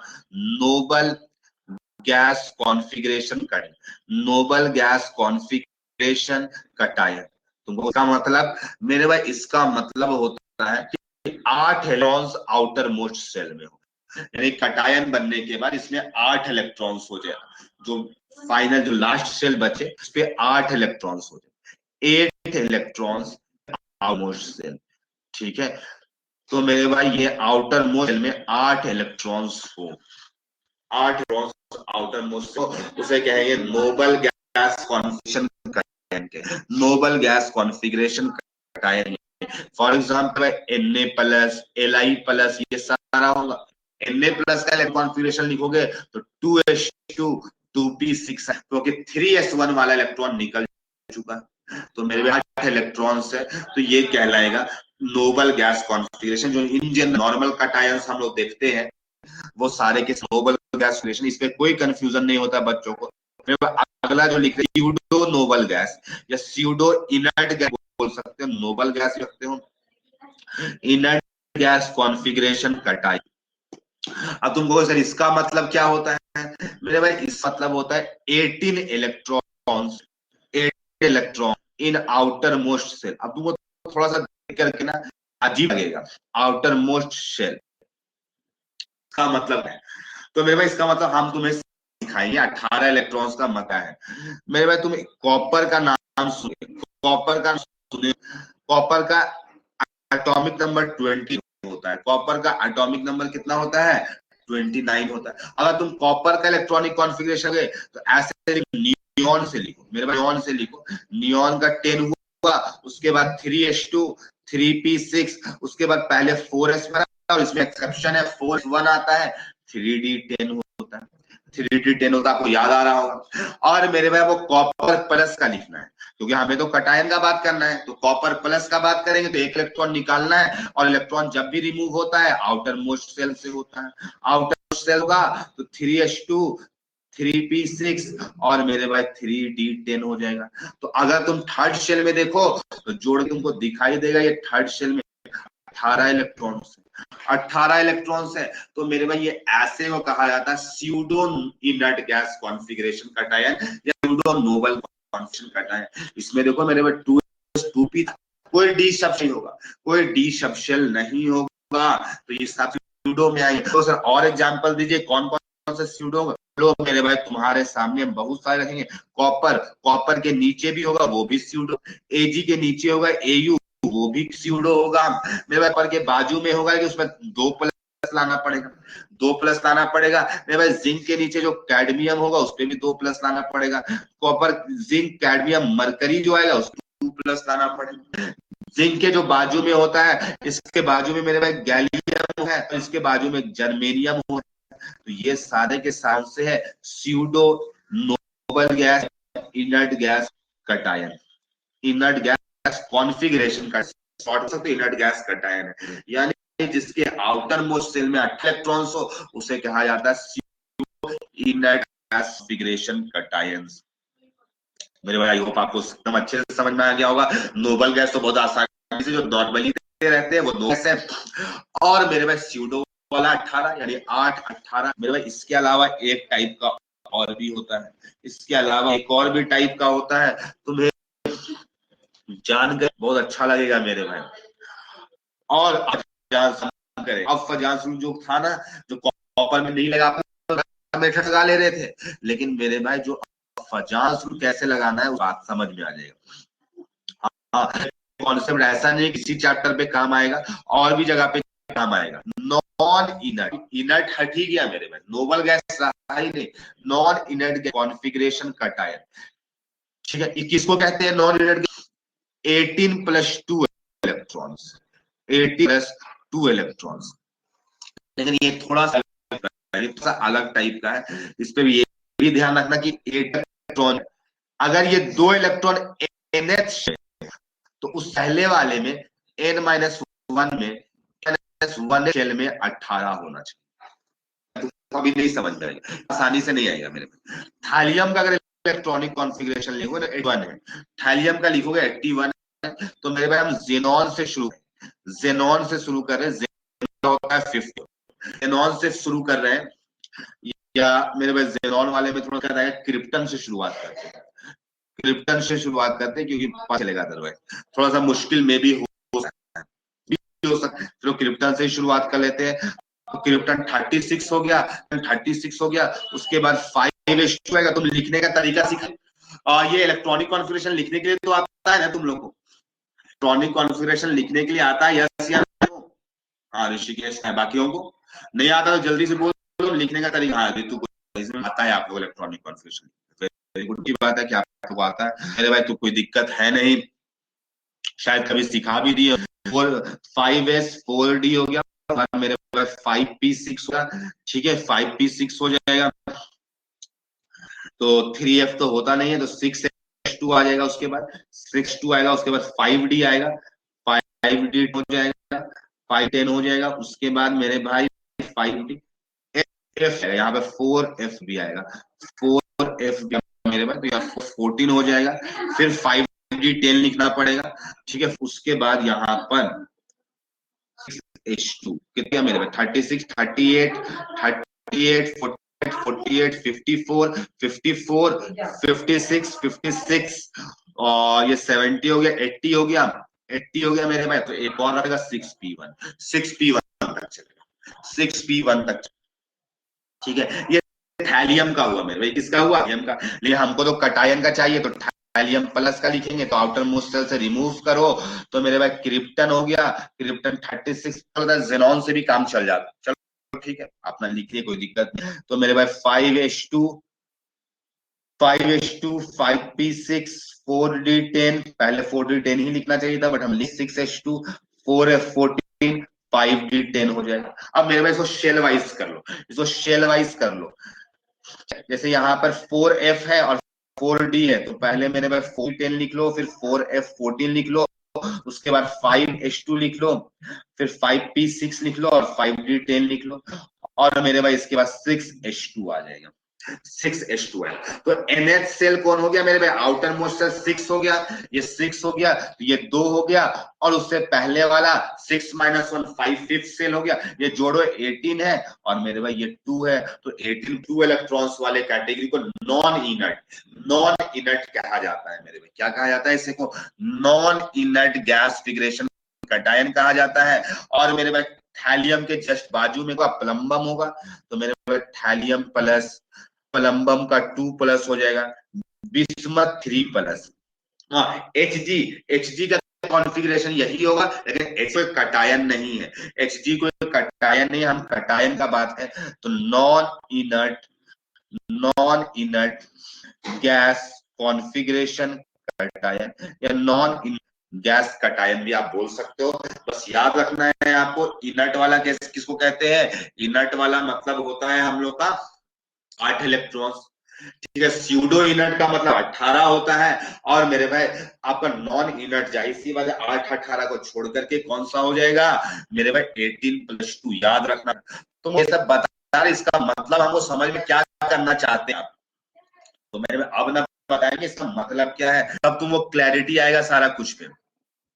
मेरे भाई देखो, मेरे भाई कटायन का साइज हम क्या रख रहे हैं? Almost same. अभी याद करो NaCl और CuCl दिए थे, तो कटायन का साइज बिल्कुल सेम दिए थे। तो मेरे भाई कटायन नहीं बदलेगा, कटायन नहीं बदलेगा। तो तुम कहोगे सर नहीं बदलेगा तब क्या होगा? तो मेरे भाई क्या अनायन बदलेगा? तो नहीं मेरे भाई, अनायन भी सेम रखेंगे, अनायन भी हम सेम रखेंगे। तुम कहोगे सर फिर मजाक चल रहा है, कटायन सेम नहीं है, कटायन का साइज सेम है, इसको समझो। यानी कि हम लिखेंगे मेरे भाई, ठीक है, या फिर एक लाइन लिख लो, आप लिख लो वही लाइन जो बोल रहे थे, वो बाद में ऐसा ना हो साइज ऑफ कटायन को हम सेम रखेंगे। ये हम कहेंगे साइज कटायन सेम नहीं, और अनायन ही सेम होगा, ठीक। हाँ कटायन अलग होगा, अनायन क्या होगा? सेम होगा। आवाज कट रहा है, कब से कट रहा है? कहां तक आप लोग सुन पाए हो? कहां तक आप लोग सुन पाए हो मेरे भाई? जल्दी से बताओ। हेलो, बीच में नेटवर्क इश्यू आया था, बीच में नेटवर्क इश्यू आया। अभी बताओ हमको कहां तक आप लोग सुन पाए, कहां तक आप लोग ढंग से सुन पाए हो?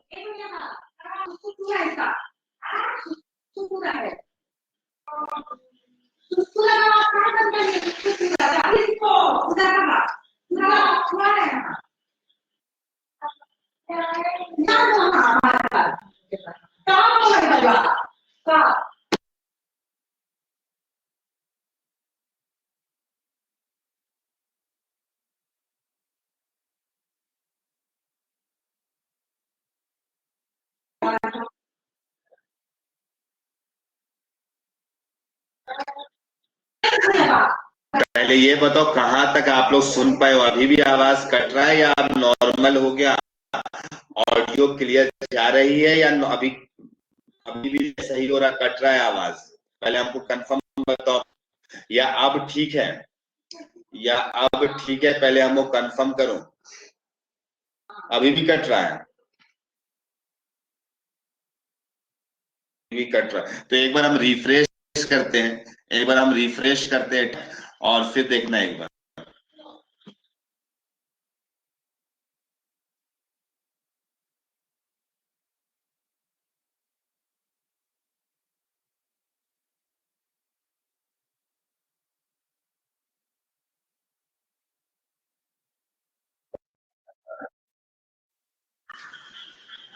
एक बार आप कंफर्म करो तो माय डियर स्टूडेंट्स कि अब आवाज सही है। यस, जल्दी से चैट में हमको रिप्लाई करो। अब शायद ठीक हो गया होगा। अब डिस्कनेक्ट होकर के कनेक्ट किए हैं। अब क्लियर है सब कुछ? कहां तक आप लोग सुन पाए थे? कहां तक आप लोग सुन पाए थे? हम जहां पर स्यूडो इनर्ट नॉन पढ़ा है वो सुन पाए आप लोग? स्यूडो इनर्ट नॉन इनर्ट सुन पाए आप लोग? कहां तक, यहां तक सुन पाए थे? नॉन इनर्ट कॉन्फ़िगरेशन थे। हाँ, तो मेरे भाई क्या कर रहे हैं, अब हम क्या बोल रहे थे? आयन को हम साइज सेम रख रहे हैं, कट का साइज को सेम रख रहे हैं और अनायन सेम रख रहे हैं। आयन वेरी करेंगे ही नहीं, यानी आयन मेरा सेम होगा तो कटायन साइज क्या होगा? सेम होगा। लेकिन कटायन वेरी करेगा लेकिन साइज वेरी नहीं करेगा। मेरे भाई एक कटायन है, मेरा कटायन है मेरे भाई, और कटायन का कुछ साइज। मेरे भाई दूसरा कटायन है, इसका भी मेरे भाई साइज सेम है। तुमको नहीं लगे, लेकिन मेरे भाई कटायन है और कटायन का साइज हम सेम है। अब तुमको फोटो में दिखे चाहे नहीं दिखे, लेकिन तुमको ये समझना पड़ेगा कि हम कटायन का साइज सेम रखें। कटायन है और इसका अनायन रख रहे हैं। अनायन सब सेम है, जो अनायन यहाँ है वही अनायन यहाँ भी है, वही अनायन यहाँ पर। अनायन ही हो रहा है, अनायन नहीं वेरी हो रहा है। जो अनायन पहला वाले है वही लास्ट वाले में भी है, और वाले में वही अनायन, ये अनायन से। तो कटायन हो गया और अनायन हो गया भाई, कटायन हो गया अनायन हो गया, दोनों दिखला दिए तुम्हारे सामने, दोनों दिखला दिए। लेकिन मेरे भाई कटायन का साइज तो सेम है, लेकिन ये जो है इनर्ट गैस कॉन्फ़िगरेशन कटायन है, ये नोबल गैस कटायन है। ठीक है, ये स्यूडो स्यूडो इनर्ट वाला या स्यूडो नोबल गैस बोलो, इनर्ट गैस कटायन है। और मेरे भाई ये जो है मेरे भाई, ये नॉन इनर्ट वाला है, non inert gas configuration cation, यानी 18+2 18+2 वाला है। ठीक है, तो इससे होगा मेरे भाई, देखना सोचना अच्छा से सोचना समझना। मेरे भाई कटायन का साइज तो तुम मान लिए सेम है ना।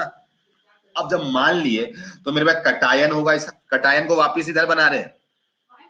और मेरे भाई नोबल गैस कॉन्फ़िगरेशन कटायन में सिर्फ ऑर्बिटल्स जो होंगे वो s और p के इलेक्ट्रॉन्स होंगे, s और p के इलेक्ट्रॉन्स होंगे। तो प्रोटॉन्स भी अगर माना जाए तो जो भी प्रोटॉन्स होगा, अगर p प्रोटॉन्स है तो p प्रोटॉन्स होगा, टोटल प्रोटॉन्स p है। लेट से अगर sp है, अगर मान लो सोडियम प्लस ले लिए तो सोडियम का कितना इलेक्ट्रॉन्स होगा टोटल? तो सोडियम में मेरे भाई कितना प्रोटॉन्स होगा? 11 प्रोटॉन्स होगा।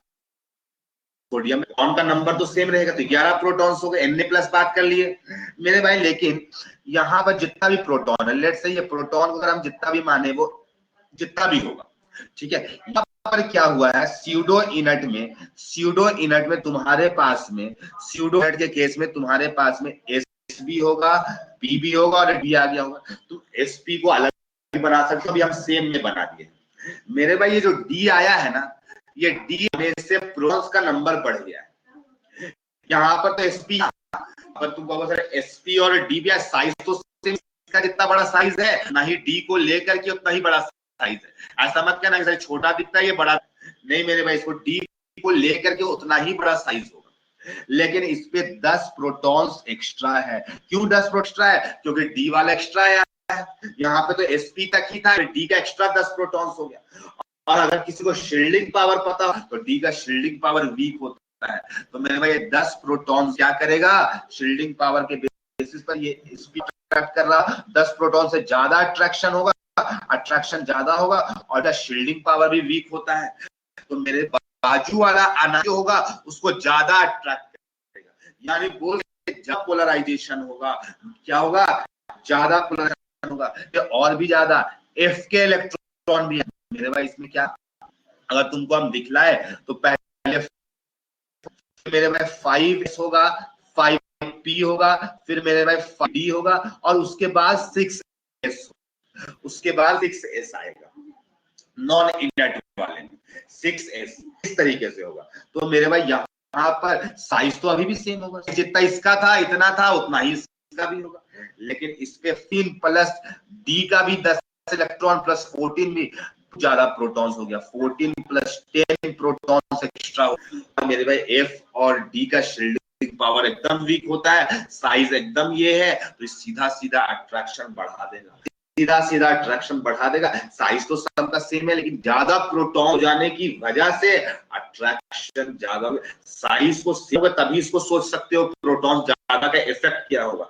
अगर साइज को तुम बड़ा सोच लोगे ना तो फिर प्रोटॉन का इफेक्ट तुमको पता ही चलेगा। साइज में मेरे पास प्रोटॉन्स का नंबर बढ़ जाने की वजह से अट्रैक्शन ज्यादा हो जाएगा, तो हम लिखेंगे यही को कहेंगे ड्यू टू